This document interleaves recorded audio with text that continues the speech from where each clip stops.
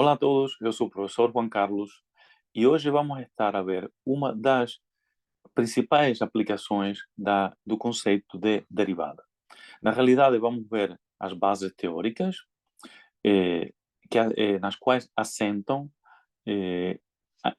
aquilo que é conhecido como uma das principais aplicações que as derivadas têm, nomeadamente ao estudo da monotonia das funções reais e a determinar aquilo que é conhecido como os extremos locais, isto é, os máximos e mínimos locais de uma função real.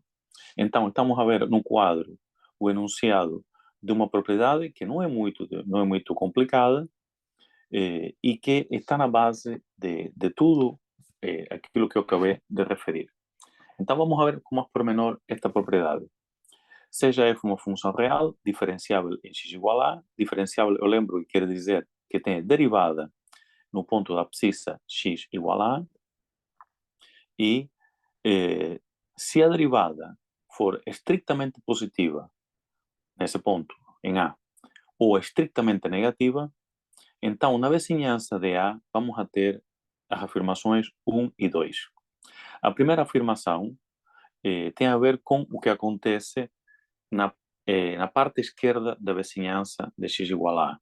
Isto é, quando x é menor do que a.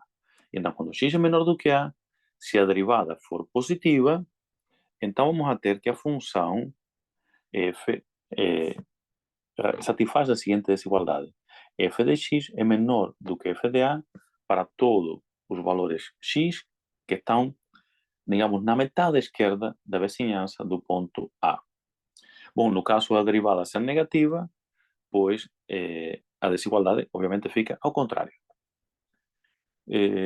Na metade direita, por assim dizer, da vizinhança do ponto x igual a, então temos as desigualdades ao contrário, entre aspas. Portanto, na metade direita, quando x é maior do que a, f de x vai ser maior ou igual que a imagem da função f em a.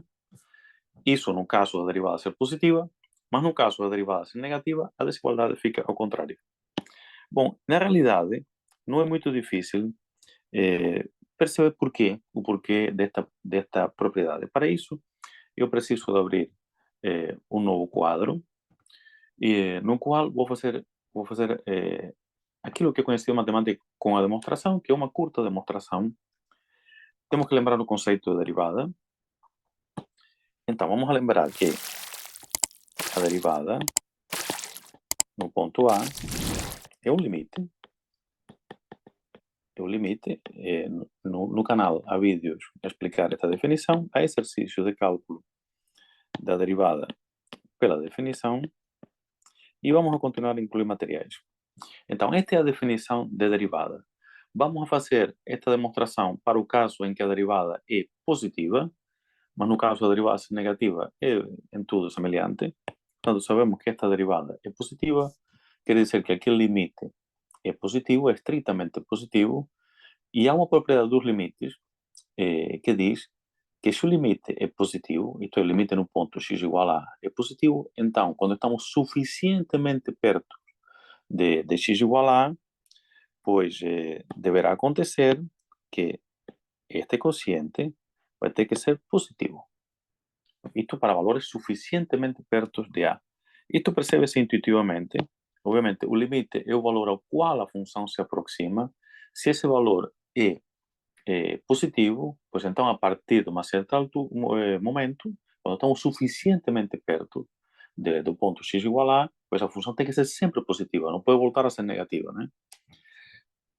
Bom, então, isso na realidade é uma propriedade dos limites que pode ser também demonstrada de maneira rigorosa, mas não é o objetivo deste vídeo. Então, podemos assumir que existe uma vizinhança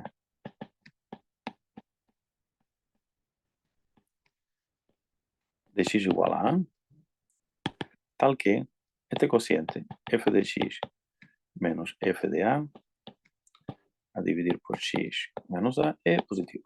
E tem que ser positivo. Vizinhança, por vizinhança entende-se um intervalo aberto, se é do ponto x igual a, portanto um intervalo simétrico, o centro fica em A, e esse intervalo é suficientemente pequeno. Portanto, um intervalo desse tipo, este símbolo matemático que separa todo x, que pertence a essa vizinhança, e eu vou simbolizar a vizinhança desta forma.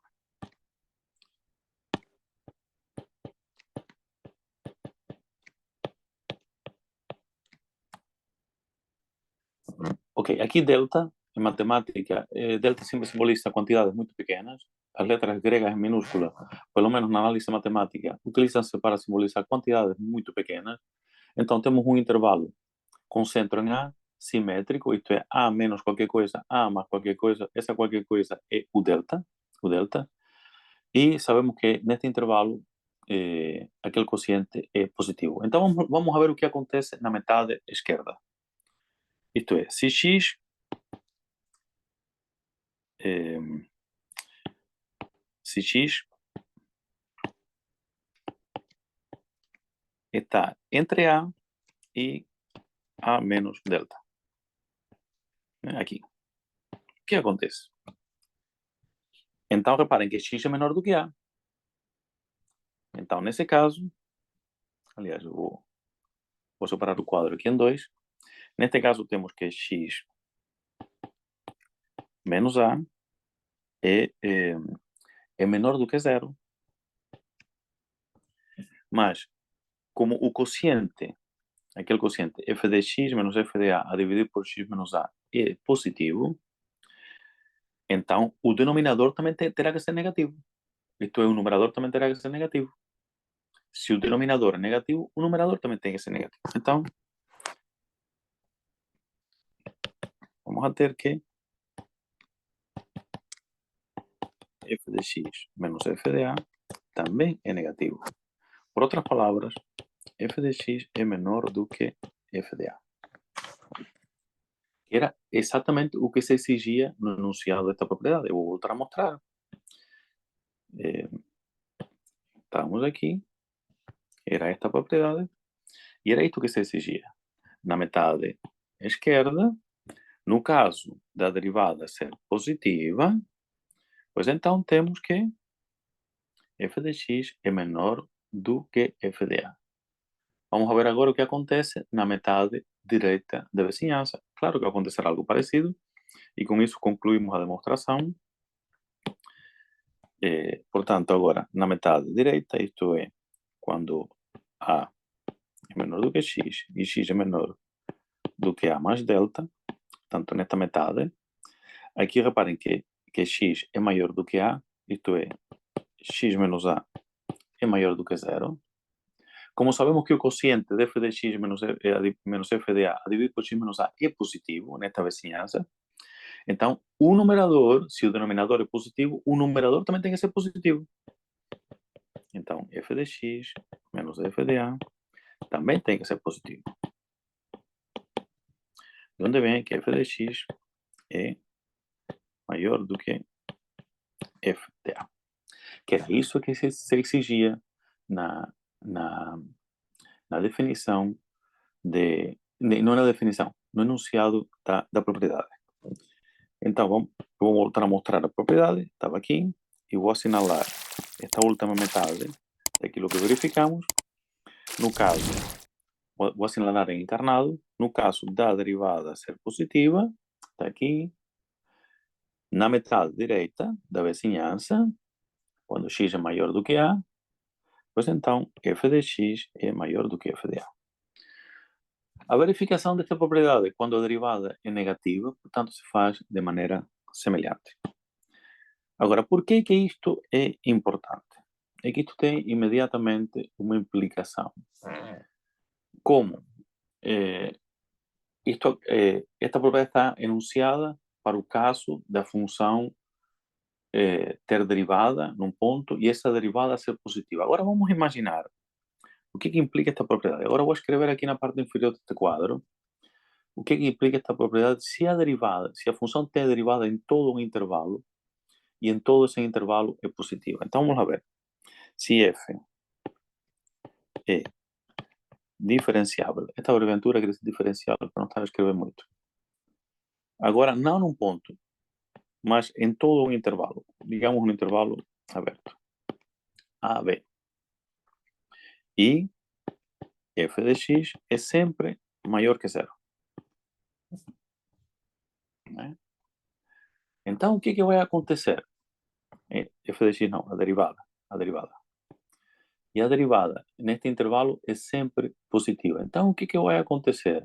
Bom, que a função vai ser crescente, isto é, os valores à direita de x vão ser superiores que o valor em x, mas os valores à esquerda de x vão ser inferiores do que o valor da função em x. Ou seja, podemos afirmar que para todo x1, x2 que pertence a este intervalo, se x1 é menor do que x2, pois f de x1 é inferior a f de x2.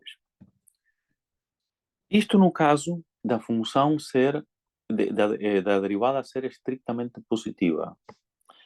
Se a derivada for estritamente negativa, eu vou fazer em azul, isto é, eu vou escrever aqui em azul, se a derivada em x, para todo x, neste intervalo é negativa, então vamos a ter que x1 menor do que x2 implica que f de x1 é maior do que f de x2. São implicações diretas, é uma implicação direta desta propriedade que eu acabei de enunciar e demonstrar. E é isto que, por exemplo, no ensino secundário, se utiliza para estudar a monotonia de uma função. Se a função tem a derivada, calcula-se a derivada e vê-se quando a derivada é positiva. Isto é, vê-se em que intervalo a derivada é sempre positiva. Então, nesse intervalo, sabemos que a função é estritamente crescente, se for sempre positiva. Se, pelo contrário, a derivada for estritamente decrescente, isto se a derivada for estritamente negativa, peço desculpa, então a função será estritamente decrescente. Eu vou abrir um novo quadro e vou explicar com pouca, aquilo com, de uma maneira um pouco simbólica, aquilo que normalmente se ensina no liceu, no ensino secundário. Então, vou abrir um novo quadro. Do que estamos a falar? Vamos imaginar que temos uma função, o gráfico de uma função, e neste intervalo, no intervalo de A a B, sabemos que a função tem derivada positiva. Então, se ela tem derivada positiva, a função é estritamente crescente, então o gráfico da função deverá ser sempre a subir, por assim dizer. Nas escolas, no liceu, os professores ensinam assim, isto é, se a derivada é positiva, eu próprio também utilizo nas minhas aulas. Se a derivada é positiva, então a função é monótona crescente. Pois escreve-se esta setinha. De uma maneira simbólica, ficamos com esta imagem na cabeça e percebemos, pelo menos nos lembramos mais facilmente. Se, pelo contrário, sabemos que a derivada é negativa, pois então o gráfico da função deverá ser o gráfico de uma função decrescente, uma função que está sempre a decrescer. E aquilo que eu preciso ter em conta para fazer exercício é que quando a derivada é negativa, aqui o sinal não estava correto, quando a derivada é negativa, pois então a função será monótona decrescente. Esta setinha quer dizer que a função é monótona decrescente. Pronto, muito bem. Então, esta é a base teórica para estudar a monotonia de uma função real, se a função tiver derivada, como acontece com a maioria das funções elementares que são estudadas no ensino secundário. A função exponencial é contínua, o logaritmo é contínuo no seu domínio, as funções racionais, isto é, a divisão de polinômios, também são contínuas nos seus domínios, são contínuas e têm derivada. Todas estas funções são contínuas e têm derivadas nos seus domínios. E, portanto, a monotonia se pode estudar simplesmente a partir da derivada e ver o sinal. Ainda, gostaria de dizer umas palavras sobre os extremos, e aquilo que eu vou a lembrar é a condição necessária para a existência de um extremo local, de um máximo ou um mínimo local. Antes de continuar, eu vou lembrar o que é um extremo local. Deixa-me ver, eu tinha escrito aqui. Exatamente. Esta é a definição de um máximo ou um mínimo local. Portanto, a função tem um máximo, entre parênteses, mínimo local, no ponto da abscissa x igual a e x igual a se na vizinhança desse ponto f de a é a maior imagem que a função toma. É a maior de todas, então f de x é inferior ou igual a f de a para todo o x que está na vizinhança do ponto A, ou então, no caso do mínimo, obviamente é o contrário. f de a é o valor mais pequeno que a função pode tomar nessa vizinhança. Aqui o termo local é precisamente, quer dizer que é apenas na vizinhança do ponto A. Quando estamos muito perto do ponto A. Se nos afastamos um pouco do ponto A, pois esse valor pode que não seja o menor valor da função. Isto é, o mínimo local ou o máximo local não necessariamente é o mínimo absoluto ou o máximo absoluto da função. Portanto, local quer dizer quando estamos muito perto. Ok, dito isto, eu vou mostrar ainda um resultado matemático bem conhecido, que é o teorema de Fermat. Se uma função real é diferenciável em x igual a e no ponto da abscissa x igual a existe um extremo local, isto é, se a função tem a derivada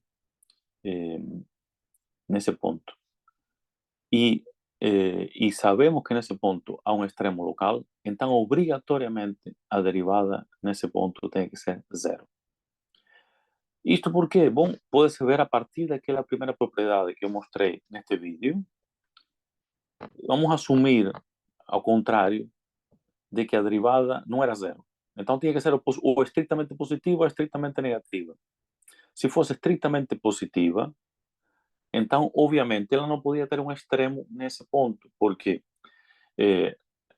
na metade esquerda tinha imagens inferiores a f de a, e na metade direita tinha imagens superiores a f de a.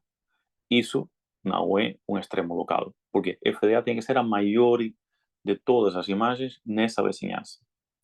Bom, no caso de ser menor do que zero, obviamente, também vamos ter uma contradição, tendo em conta o enunciado daquela primeira propriedade que eu mostrei hoje. Portanto, este teorema de Fermat é o que nos fornece, é aquela base teórica que nos fornece aquela ferramenta que é utilizada, por exemplo, no 12º ano para achar os extremos locais de uma função, os extremos locais, que é calcula-se a derivada da função e vai-se ver quando é que a derivada é igual a zero. Mas atenção, que o facto de ser igual da derivada ser igual a zero não garante que exista um extremo local. Esta condição, em boa verdade, é uma condição necessária.